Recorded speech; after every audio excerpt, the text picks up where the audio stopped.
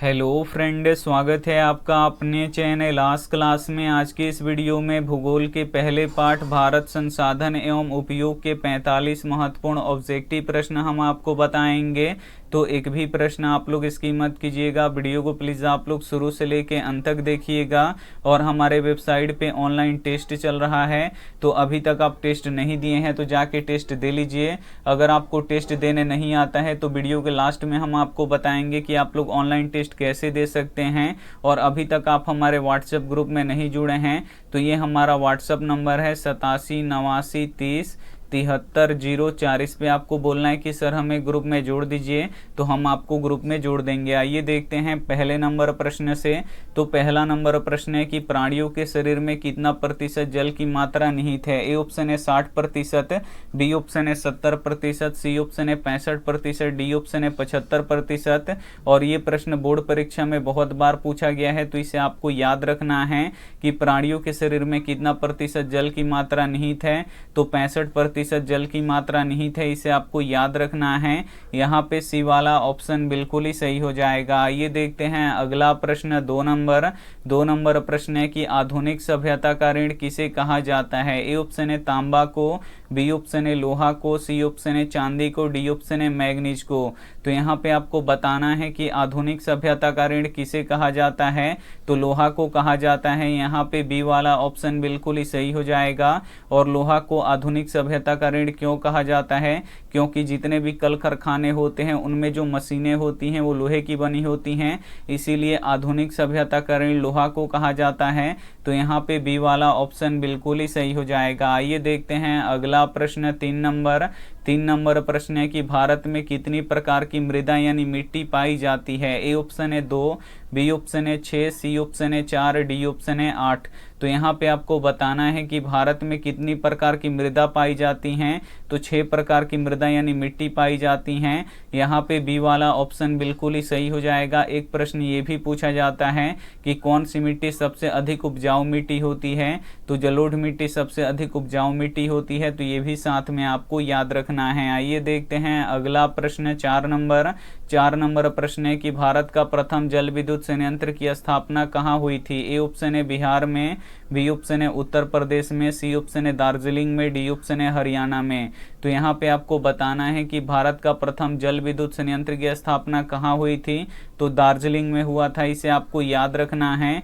यहाँ पे सी वाला ऑप्शन बिल्कुल ही सही हो जाएगा। आइए देखते हैं अगला प्रश्न, 5 नंबर प्रश्न है कि एशिया का सबसे बड़ा परमाणु विद्युत गृह कहाँ स्थित है। ए ऑप्शन है इस्लामाबाद में, बी ऑप्शन है तारापुर में, सी ऑप्शन है पटना में, डी ऑप्शन है संघाई में। तो यहाँ पे आपको बताना है कि एशिया का सबसे बड़ा परमाणु विद्युत गृह कहाँ स्थित है।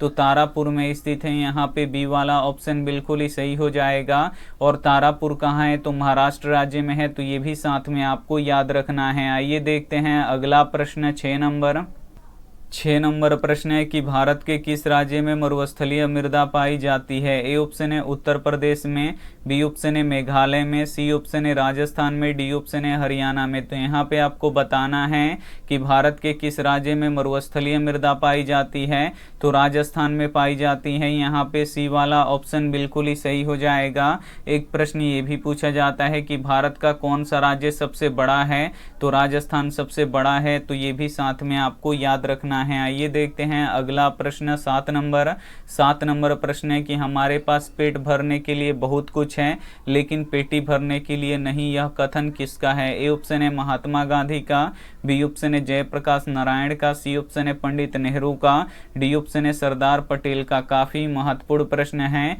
यहाँ पे आपको बताना है कि हमारे पास पेट भरने के लिए बहुत कुछ है लेकिन पेटी भरने के लिए कुछ भी नहीं है, यह कथन किसका है। तो महात्मा गांधी जी का है, इसे आपको याद रखना है। यहाँ पे ए वाला ऑप्शन बिल्कुल ही सही हो जाएगा। आइए देखते हैं अगला प्रश्न, 8 नंबर प्रश्न है कि किसी देश का आर्थिक विकास का ऋण क्या होता है। ए ऑप्शन है संसाधन, बी ऑप्शन है ऊर्जा, सी ऑप्शन है खनिज, डी ऑप्शन है जल। तो यहाँ पे आपको बताना है कि किसी देश के आर्थिक विकास का ऋण क्या होता है।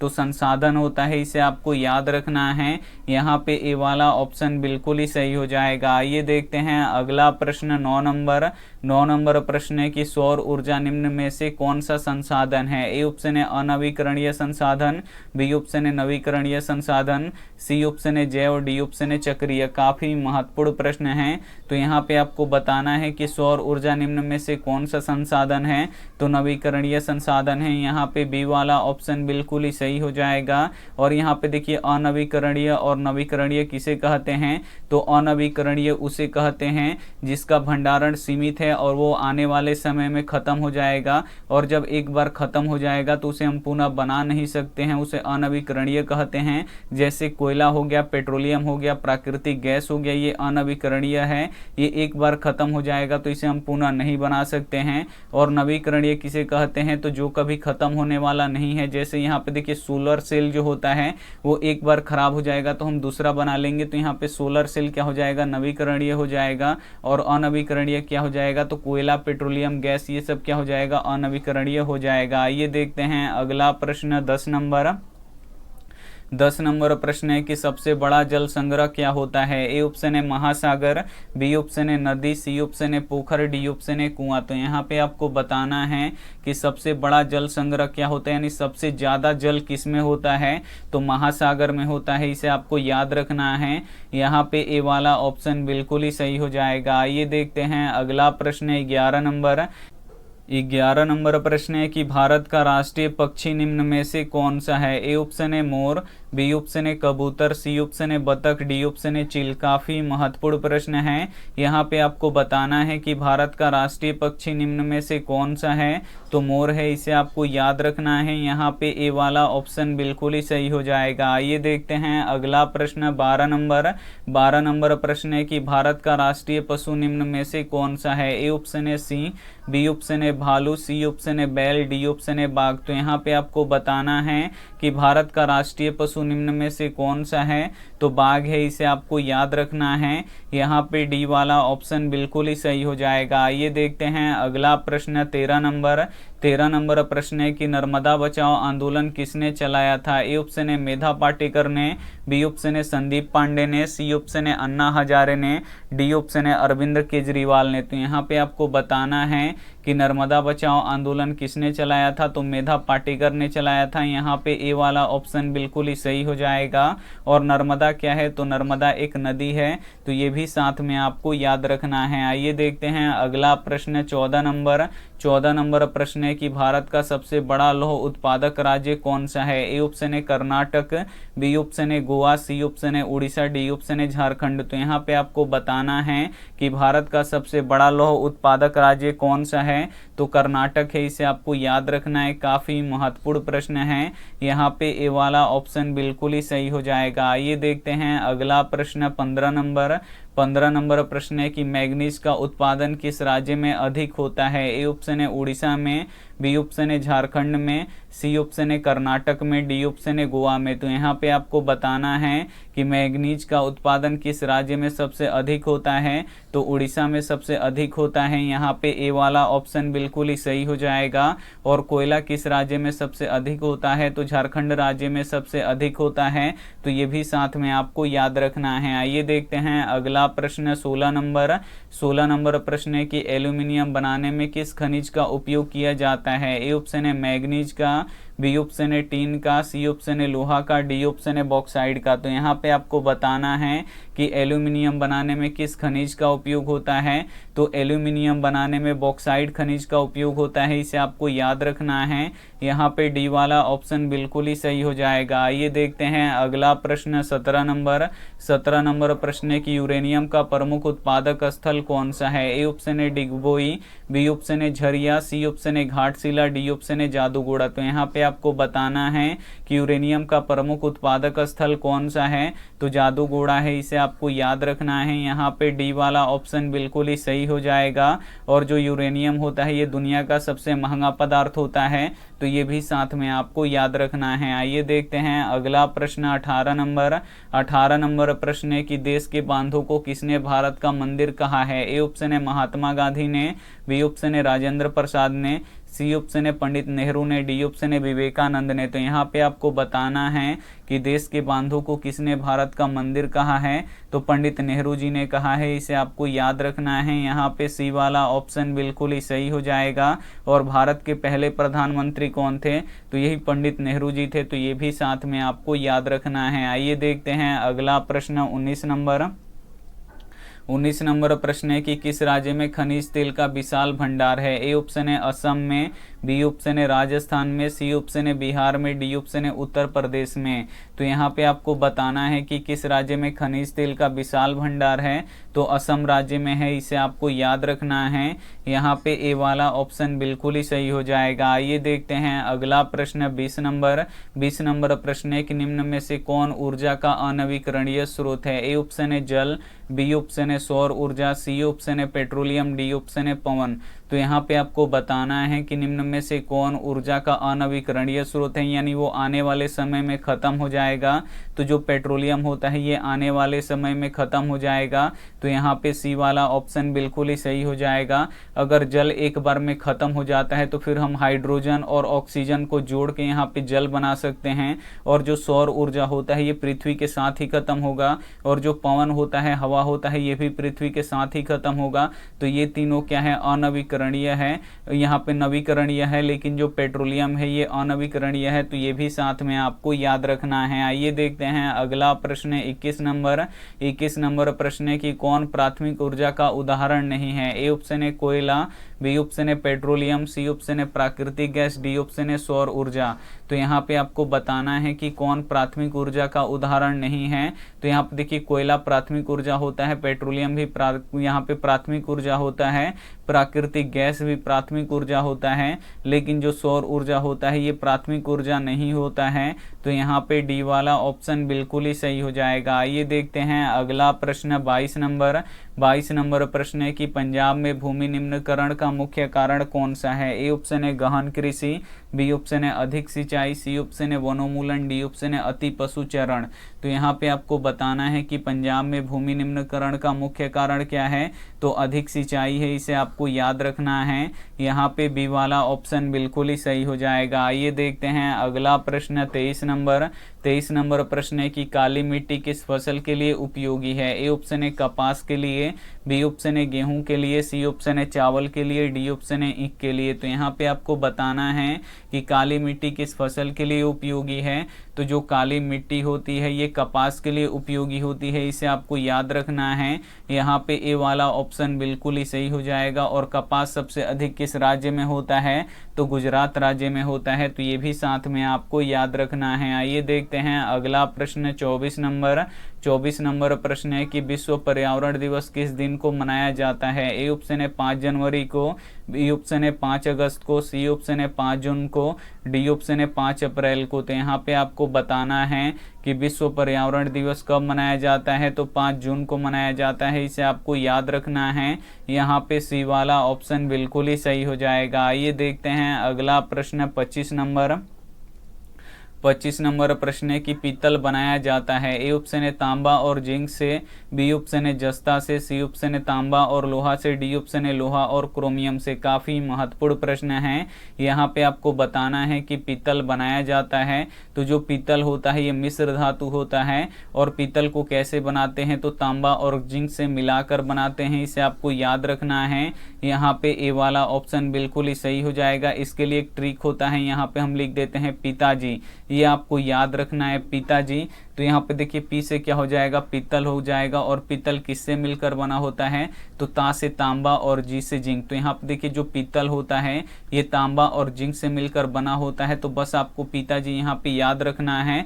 तो ये आपने आप यहाँ पे आपको समझ में आ जाएगा। आइए देखते हैं अगला प्रश्न 26 नंबर। 26 नंबर प्रश्न है कि भाखड़ा नांगल परियोजना किस नदी पर स्थित है। ए ऑप्शन है दामोदर नदी पर, बी ऑप्शन है सतलज नदी पर, सी ऑप्शन है सिंधु नदी पर, डी ऑप्शन है नर्मदा नदी पर। तो यहाँ पे आपको बताना है कि भाखड़ा नांगल परियोजना किस नदी पर स्थित है। तो भाखड़ा नांगल परियोजना सतलज नदी पर स्थित है। इसे आपको याद रखना है। यहाँ पे बी वाला ऑप्शन बिल्कुल ही सही हो जाएगा। आइए देखते हैं अगला प्रश्न 27 नंबर।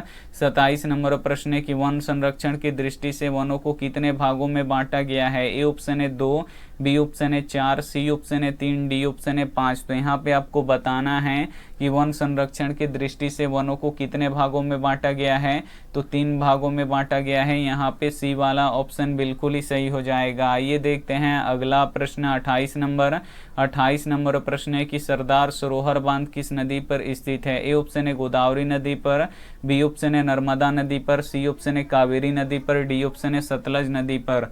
तो यहाँ पे आपको बताना है कि सरदार सरोवर बांध किस नदी पर है, तो सरदार सरोवर बांध नर्मदा नदी पर है, इसे आपको याद रखना है। यहाँ पे बी वाला ऑप्शन बिल्कुल ही सही हो जाएगा। ये देखते हैं अगला प्रश्न 29 नंबर। 29 नंबर प्रश्न है कि सीमेंट उद्योग का सबसे प्रमुख कच्चा माल क्या है। ए ऑप्शन है चूना पत्थर, बी ऑप्शन है ग्रेनाइट, सी ऑप्शन है लोहा, डी ऑप्शन है कली चूना। तो यहाँ पे आपको बताना है कि सीमेंट उद्योग का सबसे प्रमुख कच्चा माल क्या है, तो चूना पत्थर है, इसे आपको याद रखना है। यहाँ पे ए वाला ऑप्शन बिल्कुल ही सही हो जाएगा। आइए देखते हैं अगला प्रश्न 30 नंबर। 30 नंबर प्रश्न है कि जामनगर तेल शोधक कारखाना किस राज्य में स्थित है। ए ऑप्शन है बिहार में, बी ऑप्शन है असम में, सी ऑप्शन है उत्तर प्रदेश में, डी ऑप्शन है गुजरात में। तो यहाँ पे आपको बताना है कि जामनगर तेल शोधक कारखाना कहाँ पर स्थित है, तो ये गुजरात में स्थित है, इसे आपको याद रखना है। यहाँ पे डी वाला ऑप्शन बिल्कुल ही सही हो जाएगा। आइए देखते हैं अगला प्रश्न 31 नंबर। 31 नंबर प्रश्न है कि निम्न में से किसका भंडारण सीमित है। ए ऑप्शन है कोयले का, बी ऑप्शन है सौर ऊर्जा का, सी ऑप्शन है मिट्टी का, डी ऑप्शन है हवा का। तो यहाँ पे आपको बताना है कि निम्न में से किसका भंडारण सीमित है। तो यहाँ पे देखिए कोयले का भंडारण सीमित है और ये आने वाले समय में खत्म हो जाएगा। तो यहाँ पे ए वाला ऑप्शन बिल्कुल ही सही हो जाएगा और कोयले को हम दोबारा बना नहीं सकते हैं, इसीलिए कोयला अनवीकरणीय संसाधन है, तो ये भी साथ में आपको याद रखना है। आइए देखते हैं अगला प्रश्न 32 नंबर। 32 नंबर प्रश्न है कि सोपानी कृषि किस राज्य में होता है। ए ऑप्शन है हरियाणा में, बी ऑप्शन है पंजाब में, सी ऑप्शन है उत्तराखंड में, डी ऑप्शन है बिहार में। काफी महत्वपूर्ण प्रश्न है। यहाँ पे आपको बताना है कि सोपानी कृषि किस राज्य में होता है, तो उत्तराखंड राज्य में होता है, इसे आपको याद रखना है। यहाँ पे सी वाला ऑप्शन बिल्कुल ही सही हो जाएगा। ये देखते हैं अगला प्रश्न 33 नंबर। 33 नंबर प्रश्न है कि बहुत बड़े क्षेत्र में जल की उपस्थिति के कारण पृथ्वी को क्या कहा जाता है। ए ऑप्शन है उजला ग्रह, बी ऑप्शन है पीला ग्रह, सी ऑप्शन है नीला ग्रह, डी ऑप्शन है लाल ग्रह। काफ़ी महत्वपूर्ण प्रश्न है ये आपके बोर्ड परीक्षा के लिए। यहाँ पे आपको बताना है कि बहुत बड़े क्षेत्र में जल की उपस्थिति के कारण पृथ्वी को क्या कहा जाता है, तो नीला ग्रह कहा जाता है। यहाँ पे सी वाला ऑप्शन बिल्कुल ही सही हो जाएगा। और जो पृथ्वी होता है इस पे 71% जल होता है और 29% भूमि है, तो ये भी साथ में आपको याद रखना है। आइए देखते हैं अगला प्रश्न 34 नंबर। 34 नंबर प्रश्न है कि कोयला किस प्रकार का संसाधन है। ए ऑप्शन है अनवीकरणीय, बी ऑप्शन है नवीकरणीय, सी ऑप्शन है जैव, डी ऑप्शन है अजैव। तो यहाँ पे आपको बताना है कि कोयला किस प्रकार का संसाधन है। तो कोयला एक दिन खत्म हो जाएगा, उसे हम पुनः बना नहीं सकते हैं, तो ये अनवीकरणीय संसाधन है। तो यहाँ पे ए वाला ऑप्शन बिल्कुल ही सही हो जाएगा। आइए देखते हैं अगला प्रश्न 35 नंबर। 35 नंबर प्रश्न है कि कोयले का सबसे अच्छा किस्म कौन सा है। ए ऑप्शन है एंथ्रोसाइड, बी ऑप्शन है बिटुमिनस, सी ऑप्शन है लिग्नाइट, डी ऑप्शन है पीट। तो यहाँ पे आपको बताना है कि कोयले का सबसे अच्छा किस्म कौन सा होता है, तो एंथ्रासाइड होता है। यहाँ पे ए वाला ऑप्शन बिल्कुल ही सही हो जाएगा। और कोयले का सबसे खराब किस्म कौन सा होता है, तो पीट होता है, ये भी आपको याद रखना है। और कोयले कितने प्रकार के होते हैं, तो कोयले 4 प्रकार के होते हैं। पहला होता है एंथ्रासाइड, दूसरा होता है बिटुमिनस, तीसरा होता है लिग्नाइट और चौथा होता है पिट। तो ये भी साथ में आपको याद रखना है। आइए देखते हैं अगला प्रश्न 36 नंबर। 36 नंबर प्रश्न है कि मुंबई हाई क्यों प्रसिद्ध है। ए ऑप्शन है कोयले के लिए, बी ऑप्शन है तेल शोधक कारखाना के लिए, सी ऑप्शन है खनिज तेल के लिए, डी ऑप्शन है परमाणु शक्ति के लिए। तो यहाँ पे आपको बताना है कि मुंबई हाई क्यों प्रसिद्ध है, तो खनिज तेल के लिए प्रसिद्ध है, इसे आपको याद रखना है। यहाँ पे सी वाला ऑप्शन बिल्कुल ही सही हो जाएगा। आइए देखते हैं अगला प्रश्न 37 नंबर। 37 नंबर प्रश्न है कि भारत का सबसे पुराना तेल भंडार कहाँ स्थित है। ए ऑप्शन है बॉम्बे हाई में, बी ऑप्शन है अंकलेश्वर, सी ऑप्शन है नौगांव, डी ऑप्शन है डिगबोई। तो यहाँ पे आपको बताना है कि भारत का सबसे पुराना तेल भंडार कहाँ है, तो डिगबोई में है, इसे आपको याद रखना है। यहाँ पे डी वाला ऑप्शन बिल्कुल ही सही हो जाएगा। आइए देखते हैं अगला प्रश्न 38 नंबर प्रश्न है कि प्राकृतिक गैस किस खनिज के साथ पाया जाता है। ए ऑप्शन है यूरेनियम के साथ, बी ऑप्शन है पेट्रोलियम के साथ, सी ऑप्शन है चूना पत्थर के साथ, डी ऑप्शन है कोयला के साथ। तो यहाँ पे आपको बताना है कि प्राकृतिक गैस किस खनिज के साथ पाया जाता है, तो पेट्रोलियम के साथ पाया जाता है, इसे आपको याद रखना है। यहाँ पे बी वाला ऑप्शन बिल्कुल ही सही हो जाएगा। आइए देखते हैं अगला प्रश्न 39 नंबर प्रश्न है कि भारत में किस मिट्टी का विस्तार सबसे अधिक है। ए ऑप्शन है काली मिट्टी का, बी ऑप्शन है जलोढ़ मिट्टी का, सी ऑप्शन है बलुई मिट्टी का, डी ऑप्शन है पर्वतीय मिट्टी का। तो यहाँ पे आपको बताना है कि भारत में किस मिट्टी का विस्तार सबसे अधिक है, तो जलोढ़ मिट्टी का विस्तार सबसे अधिक है। यहाँ पे बी वाला ऑप्शन बिल्कुल ही सही हो जाएगा। और कौन सी मिट्टी सर्वाधिक उपजाऊ मिट्टी होती है, तो जलोढ़ मिट्टी सर्वाधिक उपजाऊ मिट्टी होती है। तो ये भी साथ में आपको याद रखना है। आइए देखते हैं अगला प्रश्न 40 नंबर प्रश्न है कि भारत के किस राज्य में कोयले का अधिक उत्पादन होता है। ए ऑप्शन है बिहार में, बी ऑप्शन है झारखंड में, सी ऑप्शन है उत्तर प्रदेश में, डी ऑप्शन है पश्चिम बंगाल में। तो यहाँ पे आपको बताना है कि भारत के किस राज्य में कोयले का अधिक उत्पादन होता है, तो झारखंड राज्य में होता है, इसे आपको याद रखना है। यहाँ पे बी वाला ऑप्शन बिल्कुल ही सही हो जाएगा। आइए देखते हैं अगला प्रश्न 41 नंबर प्रश्न है कि काली मृदा का दूसरा नाम क्या है। ए ऑप्शन है बलुई मिट्टी, बी ऑप्शन है रेगुन मिट्टी, सी ऑप्शन है लाल मिट्टी, डी ऑप्शन है पर्वतीय मिट्टी। और ये भी प्रश्न काफी महत्वपूर्ण है आपके बोर्ड परीक्षा के लिए। यहाँ पे आपको बताना है कि काली मृदा यानी काली मिट्टी का दूसरा नाम क्या है, तो रेगुन मिट्टी है, इसे आपको याद रखना है। यहाँ पे बी वाला ऑप्शन बिल्कुल ही सही हो जाएगा। और काली मिट्टी जो होती है ये किस फसल के लिए उपयोगी होती है, तो ये कपास के लिए उपयोगी होती है। तो ये भी साथ में आपको याद रखना है। आइए देखते हैं अगला प्रश्न 42 नंबर प्रश्न है कि किस राज्य में वनों का विस्तार अधिक है। ए ऑप्शन है उत्तर प्रदेश में, बी ऑप्शन है हरियाणा में, सी ऑप्शन है मध्य प्रदेश में, डी ऑप्शन है बिहार में। तो यहाँ पे आपको बताना है कि किस राज्य में वनों का विस्तार सबसे अधिक है, तो मध्य प्रदेश में वनों का विस्तार सबसे अधिक है। यहाँ पे सी वाला ऑप्शन बिल्कुल ही सही हो जाएगा। और हरियाणा में वनों का विस्तार सबसे कम है, तो ये भी साथ में आपको याद रखना है। आइए देखते हैं अगला प्रश्न 43 नंबर प्रश्न है कि भारत का सबसे बड़ा बंदरगाह कहाँ है। ए ऑप्शन है मुंबई में, बी ऑप्शन है चेन्नई में, सी ऑप्शन है कोलकाता में, डी ऑप्शन है कांडला में। तो यहाँ पे आपको बताना है कि भारत का सबसे बड़ा बंदरगाह कहाँ पे स्थित है, तो भारत का सबसे बड़ा बंदरगाह मुंबई का बंदरगाह है, इसे आपको याद रखना है। यहाँ पे ए वाला ऑप्शन बिल्कुल ही सही हो जाएगा। आइए देखते हैं अगला प्रश्न 44 नंबर प्रश्न है कि सर्वाधिक वर्षा होती है। ए ऑप्शन है पूर्णिया में, बी ऑप्शन है चेरापूंजी में, सी ऑप्शन है कोची में, डी ऑप्शन है मानसिंहग्राम में। तो यहाँ पे आपको बताना है कि सर्वाधिक वर्षा कहाँ पे होती है, तो मानसिंहग्राम में होती है। यहाँ पे डी वाला ऑप्शन बिल्कुल ही सही हो जाएगा। और मानसिंहग्राम कहाँ पे है, तो मेघालय में है। तो ये भी साथ में आपको याद रखना है। और ये रहा आपके लिए होमवर्क प्रश्न, इसका जवाब आपको कमेंट बॉक्स में देना है कि निम्न में से कौन रबी फसल है। ए ऑप्शन है गेहूं, बी ऑप्शन है चावल, सी ऑप्शन है टमाटर, डी ऑप्शन है इनमें से कोई नहीं। तो जो भी ऑप्शन आपको सही लगे वो आप हमें कमेंट करके जरूर बताइएगा, हम आपके कमेंट का इंतजार करेंगे। अब हम आपको बताते हैं कि आप लोग ऑनलाइन टेस्ट कैसे दे सकते हैं। तो सबसे पहले सभी के फ़ोन में होता है क्रोम या गूगल, दोनों में से किसी एक को आपको ओपन कर लेना है।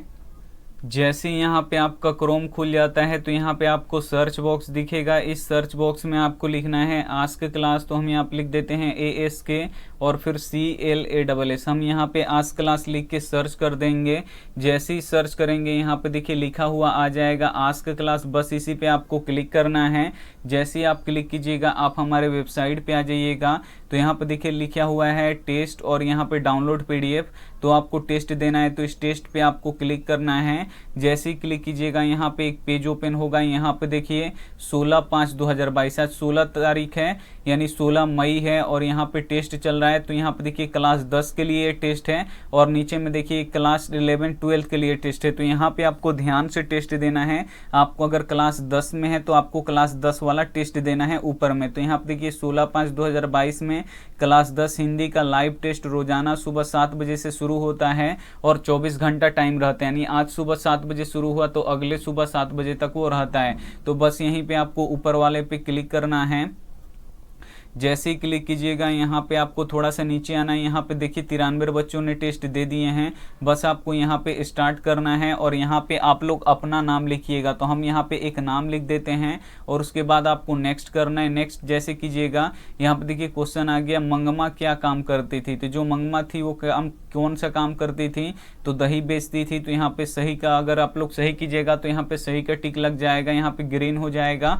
अगर आप लोग गलत कीजिएगा तो यहाँ पे देखिए गलत हो जाएगा। यहाँ पे हम गलत करके दिखाते हैं कि नलिन बिलोचन शर्मा का जन्म कहाँ पे हुआ था, तो यहाँ पे हम पटना पे टिक करेंगे तो ये भी क्या हो जाएगा, यहाँ पे सही आंसर है। उसके बाद देखिए गलत पे, यहाँ पे हम गलत पे टिक करते हैं। बार बार यहाँ पे देखिए बार बार विश्वास करके कौन ठगा जा चुका था, तो यहाँ पे देखिए इंसान ठगा जा चुका था, लेकिन हम यहाँ पे बेईमान पे मारते हैं तो देखिए टिक गलत हो गया और यहाँ पे इंसान वाला सही हो गया। तो ऐसे आप लोग टेस्ट दे सकते हैं। इसमें 20 क्वेश्चन है और लास्ट में आपको बताएगा कि आपका 20 में से कितना सही हुआ। अगर 20 में से आपका 15 प्लस सही होता है तो आपकी तैयारी काफ़ी अच्छी चल रही है और बिल्कुल ऐसी तैयारी करते रहना है। अगर ये वीडियो आपको अच्छा लगा हो तो वीडियो को आप लोग ज़रूर अपने दोस्तों के पास शेयर कीजिएगा। अगर स्कूल में पढ़ते हैं तो स्कूल के बारे में, स्कूल के जो बच्चे होते हैं दोस्त, उनसे बताइए इस चैनल के बारे में। Thank you for watching. मिलते हैं अगले वीडियो में, तब तक अपना ध्यान रखिए, मन लगा के पढ़ाई कीजिए। Take care and bye.